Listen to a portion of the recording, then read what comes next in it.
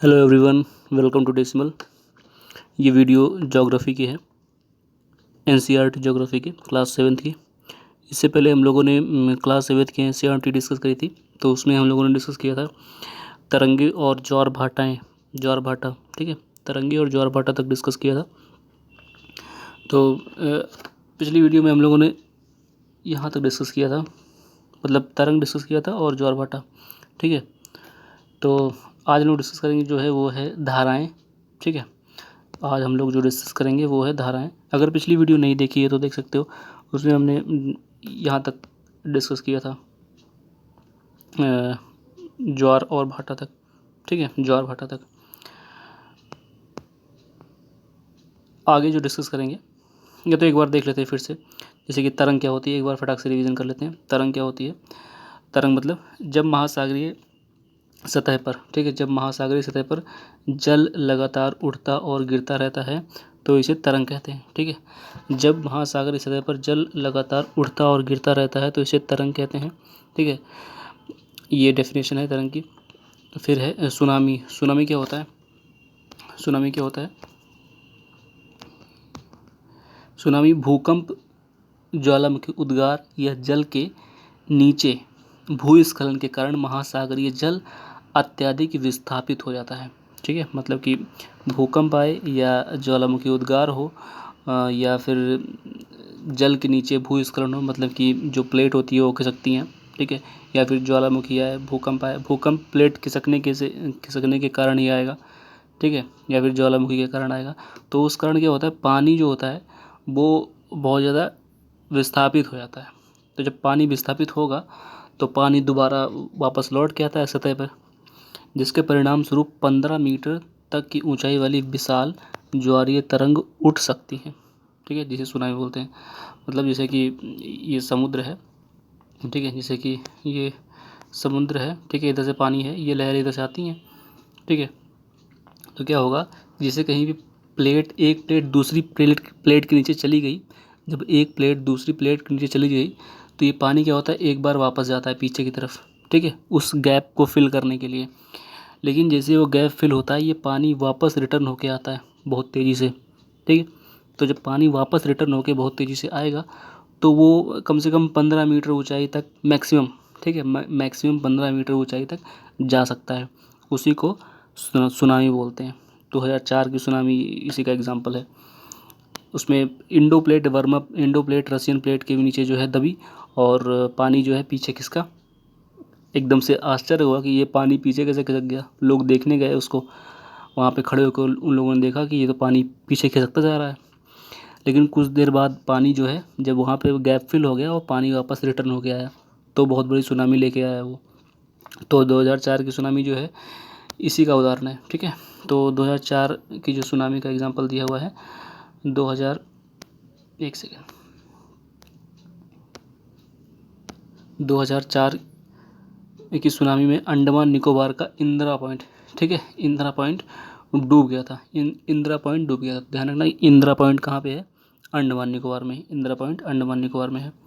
और जो सुनामी है वो जापानी भाषा का शब्द है जिसका अर्थ होता है पोताश्रय तरंगे, क्योंकि सुनामी जो है आने पर पोताश्रय नष्ट हो जाते हैं, मतलब कि जो बंदरगाह वगैरह होते हैं वो, ठीक है। फिर ज्वार भाटा क्या होता है?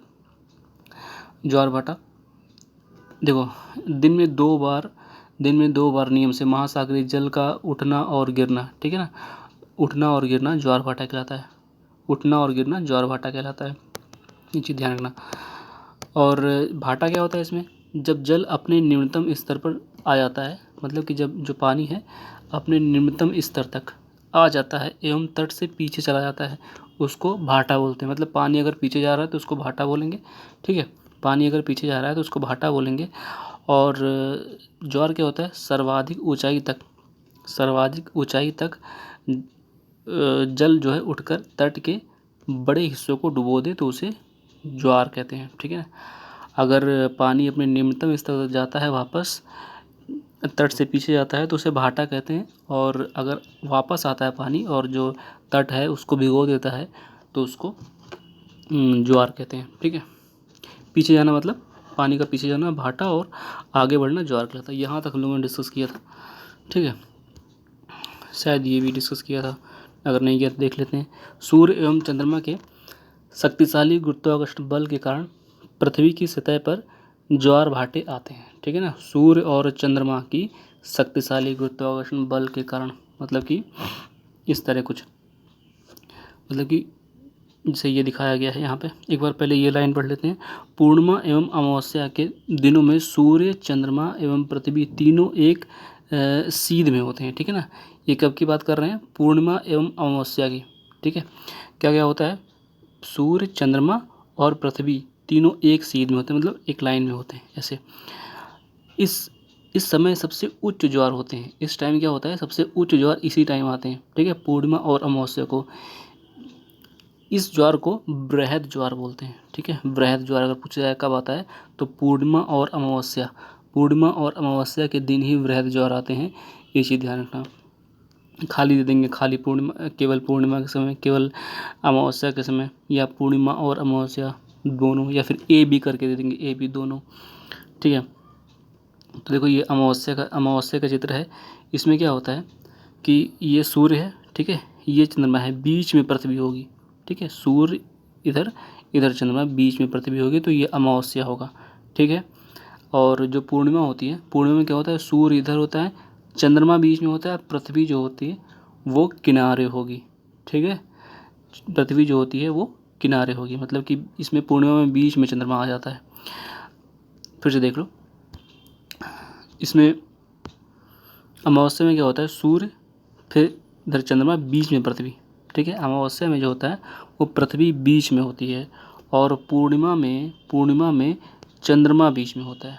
ठीक है, पूर्णिमा में चंद्रमा बीच में होता है, सूर्य और पृथ्वी किनारे पर होती है। ठीक है, लघु ज्वार भाटा कब होता है? यहाँ पे देखो चित्र बना हुआ है लघु ज्वार भाटा का भी। इसमें क्या होता है कि सूर्य ये है, ठीक है, पृथ्वी ये है, और चंद्रमा इस तरह होता है, मतलब 90 डिग्री का इस तरह से एंगल बनता है, इस तरह से 90 डिग्री का एंगल बनता है। ये चंद्रमा है, ये पृथ्वी है, और ये सूर्य है।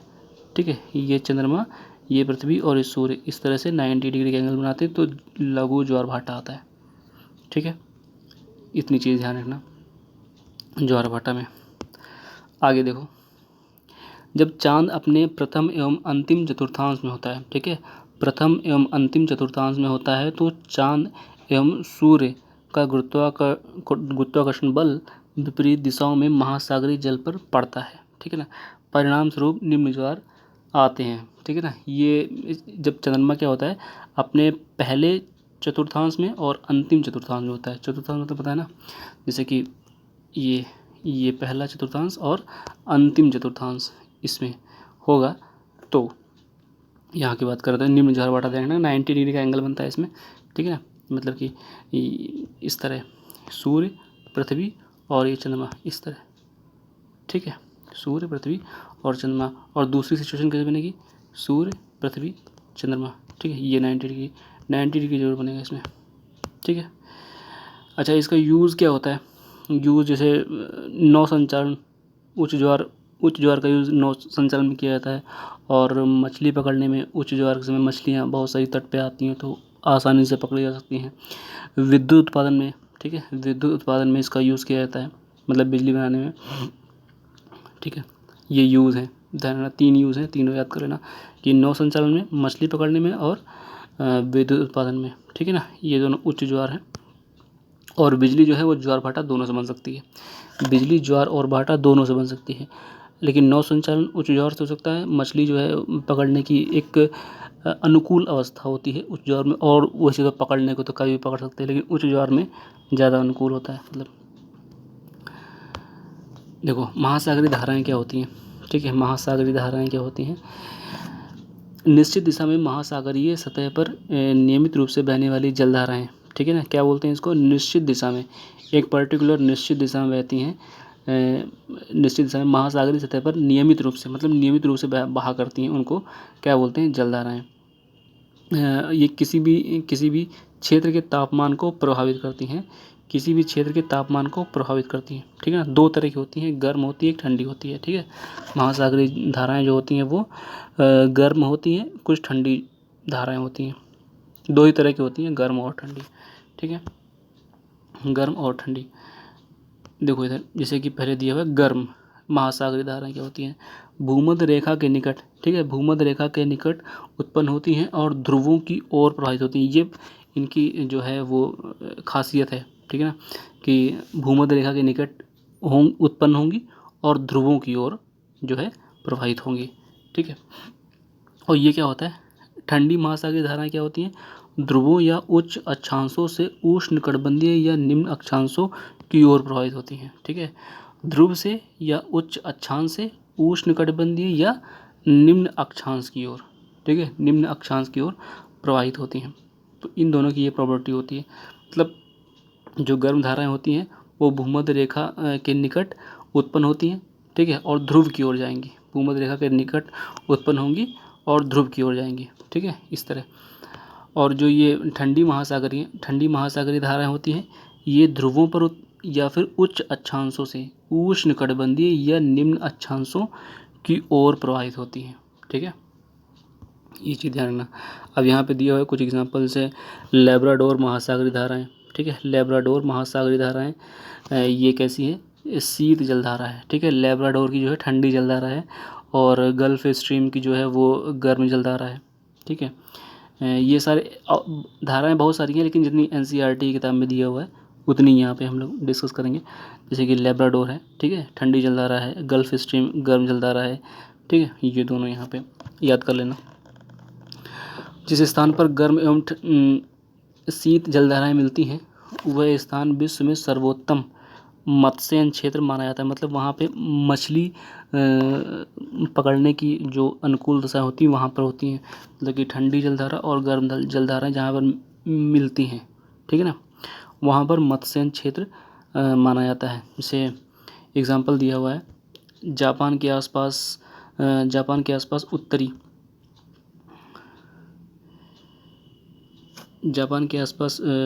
कहाँ गया ये एग्जाम्पल, हाँ ये है, जापान के आसपास उत्तरी अमेरिका के पूर्वी तट, ठीक है, जापान के आसपास उत्तरी अमेरिका के पूर्वी, मतलब कि जापान के आसपास वाला रीजन और उत्तरी अमेरिका के पूर्वी तट। जैसे ये उत्तरी अमेरिका है, ठीक है, ये उत्तरी अमेरिका है, ठीक है, तो ये पूर्वी तट इस तरफ मिल जाएगा, ठीक है, इस तरफ। और जब मैप देखोगे, वर्ल्ड वाला मैप देखोगे तो जापान की तरफ, चाइना के बगल में जापान है, ठीक है, चाइना के बगल में जापान है, तो उसी के बगल में यहाँ पे उसी वही एरिया जो समुद्र वाला है उधर की बात कर रहे हैं, ठीक है। जिस स्थान पर गर्म एवं ठंडी जलधाराएं दोनों मिलती हैं वहाँ पर मछली पकड़ने का बहुत अच्छा क्षेत्र माना जाता है, ये चीज़ ध्यान रखना, ठीक है। अब यहाँ पे है अगले, गर्म एवं ठंडी जलधाराएं मिलती हैं तो कोहरे वाला मौसम बनता है, ठीक है। गर्म और ठंडी जलधाराएं जब भी मिलेंगी तो कोहरे वाला मौसम बनेगा, ठीक है। गर्म और ठंडी जलधाराएं मिलती हैं तो कोहरे वाला मौसम बनता है, ठीक है। मतलब कि ये गर्म जलधारा है, ये ठंडी जलधारा है, जहाँ पर मिलेंगी वहाँ पर क्या होगा? कोहरे वाला मौसम बनेगा, ठीक है, ये चीज़ ध्यान रखना। फिर है देखो यहाँ पे कुछ सागर दे रखे हैं, ठीक है ना, मतलब कि कुछ चीज़ें, कुछ फैक्ट हैं एक तरह से। जैसे कि कैस्पियन सागर, ठीक है, ये विशालतम झील मानी जाती है, ठीक है, कैस्पियन सागर विशालतम झील है, नाम सागर है लेकिन इसका ये सबसे बड़ी झील है, विशालतम झील। ज्वारभाटा क्या है? जल में आवधिक उतार चढ़ाव, मतलब पानी का उतार चढ़ाव होता है तभी तो ज्वारभाटा आता है। तो ज्वारभाटा क्या है? जल में आवधिक उतार चढ़ाव। सुनामी क्या है? तीव्र भूकंपीय तरंगे, ठीक है, सुनामी क्या है? तीव्र भूकंपीय तरंगे। और महासागरीय धाराएं क्या है? निश्चित मार्ग में प्रवाहित होने वाली जलधाराएं, ठीक है। तो ये यहाँ पे एक तरह से ये एनसीईआरटी में दिया हुआ है। इसी तरह से अगर कोई मैचिंग का क्वेश्चन बन सकता है, ठीक है, जैसे यूपीपीसीएस में मैचिंग बहुत आती है, यूपीपीसीएस के एग्ज़ाम में मैचिंग बहुत आती है, तो इस तरह से जो है याद रखना, कभी मैचिंग के लिए दे सकते हैं, जैसे कैस्पियन सागर विशालतम झील मैच कराना होगा, ठीक है। ज्वारभाटा क्या होता है? जल में आवधिक उतार चढ़ाव, ठीक है। सुनामी तीव्र भूकंपीय तरंगे। महासागरीय धाराएं निश्चित मार्ग में प्रवाहित होने वाली जलधाराएं। कभी कभी क्वेश्चन में मिला ही हुआ होता है, ठीक है, मतलब कि उनको मिलाना भी नहीं होता, बस वो 1 2 3 4 लाइन से ढूंढ के समझना होता है, टिक लगाना होता है। इस बार यूपीपीसीएस के एग्ज़ाम में एक क्वेश्चन ऐसा आया था जिसमें कुछ करना नहीं था, वो पंचायत कमेटी वाला क्वेश्चन था, उसमें मैच था। तो इस तरह ध्यान रखना, कभी कोई मैच होते हैं पहले से मैच होते हैं वो, ठीक है, तो उन्हें मैच नहीं कराना होता। अगर पढ़ा होगा तो समझ में आ जाएगा, नहीं तो फिर तो गलत हो जाएगा। अभी आगे देखते हैं। अब देखो जो है इसके बाद वाला चैप्टर जो है लेसन 6, मतलब कि जो लेसन 6 है वो उतने में था, 5th लेसन तक यहाँ तक कवर हो गया। अब यहाँ पे जो 6वां लेसन है वहाँ से शुरू होगा। ठीक है, इसमें क्या है, प्राकृतिक वनस्पति एवं वन्य जीवों के बारे में दिया हुआ है। ठीक है, प्राकृतिक वनस्पति और वन्य जीवों के बारे में दिया हुआ है यहाँ पे। जैसे कि यहाँ पे कुछ एग्जाम्पल पहले दिया था चैप्टर में, जैसे कि गिरिपाद में स्थित साल एवं सागवन के घने वन धीरे धीरे अदृश्य हो गए। ये एक एग्जाम्पल एनसीईआरटी में दिया हुआ है। तब पर्वत के ढालों पर पतली नुकीली पत्तियाँ एवं शंकुआकार वितान लंबे वृक्ष दिखने लगे। उससे पता चला कि शंकुधारी वृक्ष थे। एक लड़की की कहानी दी हुई थी इसमें, ठीक है ना। एनसीईआरटी में इसी तरह की होती है कि उसमें एक बच्ची की कहानी दी हुई थी और उसमें वो कहीं स्कूल से कहीं टूर पे जा रही थी, तो उसने इस तरह की कहानी सोची मन में। ठीक है ना, उससे पता चला कि शंकुधारी वन वृक्ष थे। लंबे वृक्षों पर खिले लाल फूल पर उसका ध्यान गया, वो रेडोडेंड्रॉन के फूल थे। ठीक है, मनाली से आगे रोहतांग दर्रे तक के रास्ते में उसने देखा कि भूमि छोटी छोटी घासों एवं कुछ स्थानों पर बर्फ़ से ढकी थी। तो इस तरह की एक कहानी दी हुई है एनसीईआरटी में। इस तरह की कई कहानियाँ दी होती हैं बीच बीच में। ठीक है, ऊंचाई में परिवर्तन के साथ जलवायु में परिवर्तन होता है। मतलब कि कुल मिलाकर के इस एग्जाम्पल से तुम्हें ये पता लगा कि जैसे जैसे ऊंचाई में जाओगे, ठीक है, तो जलवायु में परिवर्तन होता है। ठीक है, ऊंचाई में जाओगे तो जैसे इसमें लिखा हुआ है ना कि गिरिपाद पर स्थित साल सागवन के वृक्ष धीरे धीरे अदृश्य हो गए, और ऊपर जाते मतलब कि ऊपर चढ़ जाते समय क्या हुआ, नुकीले और पत्तीदार जो हैं शंकुआकार वितान लंबे वृक्ष दिखने लगे। तो मतलब कि जब जैसे पर्वत है, पर्वत के निचले स्तर पे होगे तो तुम्हें, जैसे पर्वत के निचले स्तर पे होगे तो तुम्हें साल सागवन के वृक्ष यहाँ दिखेंगे यहाँ पे। ठीक है, लेकिन जैसे जैसे ऊपर थोड़ा ऊंचाई पे जाते जाओगे तो तुम्हें नुकीले शंकुआकार वन दिखने लगेंगे। तो कुल मिला के कहने का मतलब ये है कि ऊंचाई में परिवर्तन होगा तो जलवायु में परिवर्तन होता जाता है। ठीक है, वनस्पति की वृद्धि तापमान एवं नमी, ठीक है, वनस्पति की वृद्धि तापमान एवं नमी एवं ढाल एवं मिट्टी की परत की मोटाई जैसे कारकों पर निर्भर करती है। मतलब कि वनस्पति की वृद्धि जो है वो किन किन चीज़ों पर निर्भर करती है, तापमान पर, नमी पर, ढाल पर, मिट्टी की परत की मोटाई पर, इन सब कारकों पर निर्भर करती है। ठीक है, तो ये चीज़ इसमें कहानी से इतनी जो स्टोरी दी हुई थी 5-6 लाइन की दी हुई है, उससे ये समझ में आता है कि तापमान, वनस्पति की अगर वृद्धि हो रही है तो उसके पीछे कौन कौन से कारक हैं। ठीक है, तो ये चारों कारक, पांचों जो हैं, तापमान, नमी, ढाल, ठीक है, 3 हो गया, और मिट्टी के परत की मोटाई, ये चार कारक हैं। ठीक है, जैसे कारकों पर निर्भर करती है। ठीक है, और एक भी कारक होता है समय। ठीक है, एक कारक और होता है समय। ठीक है, समय काफ़ी इंपॉर्टेंट है, समय भी दिया होता है कभी कभी। वनस्पति की वृद्धि समय, तापमान, नमी, ढाल एवं मिट्टी की परत की मोटाई, इन सब चीज़ों पर निर्भर करती है। अब देखो प्राकृतिक वनस्पति के बारे में दिया हुआ है यहाँ पे। ठीक है, प्राकृतिक वनस्पति के बारे में, तो प्राकृतिक वनस्पति जो है 3 श्रेणियाँ हैं, वन, घास स्थल और कांटेदार झाड़ियाँ। ठीक है ना, वन, घास स्थल और कांटेदार झाड़ियाँ, 3 तरह की प्राकृतिक वनस्पति हैं यहाँ पर। ठीक है, तो देखते हैं पहले वन क्या होता है। जो वृक्षों के लिए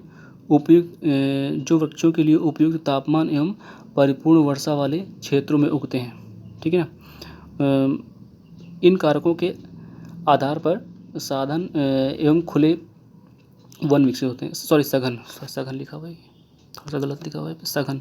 ठीक है, सघन खुले वन विकसित होते हैं। ठीक है ना, घास स्थल क्या होता है, घास स्थल जो मध्यम वर्षा वाले क्षेत्र में विकसित होते हैं। ठीक है, मध्यम, बहुत ज़्यादा वर्षा नहीं होती, मीडियम टाइप की बारिश होती है वहाँ पर। और कांटेदार झाड़ियाँ कहाँ होती हैं, शुष्क क्षेत्रों में कांटेदार झाड़ियाँ होती हैं। ठीक है, जैसे कि राजस्थान वगैरह में जो डेजर्ट वगैरह होता है वहाँ पे कांटेदार, जैसे कैक्टस हो गए, बबूल हो गए, ये सब चीज़ें पेड़ वहाँ पे उगते हैं, कांटेदार झाड़ियाँ। ठीक है, और हिमालय क्या होता है, मतलब कि हिमालय का मतलब कैसी वनस्पति हिमालय में है, तो सभी वनस्पति यहाँ पर लगभग पाई जाती हैं भूमध्य से ध्रुव की ओर चलने पर। ठीक है, तो अभी इस वीडियो में इतना ही रखते हैं। ठीक है, बाकी इसको हम लोग डिटेल में जो है नेक्स्ट वीडियो में देखेंगे। ठीक है, तब तक के लिए धन्यवाद।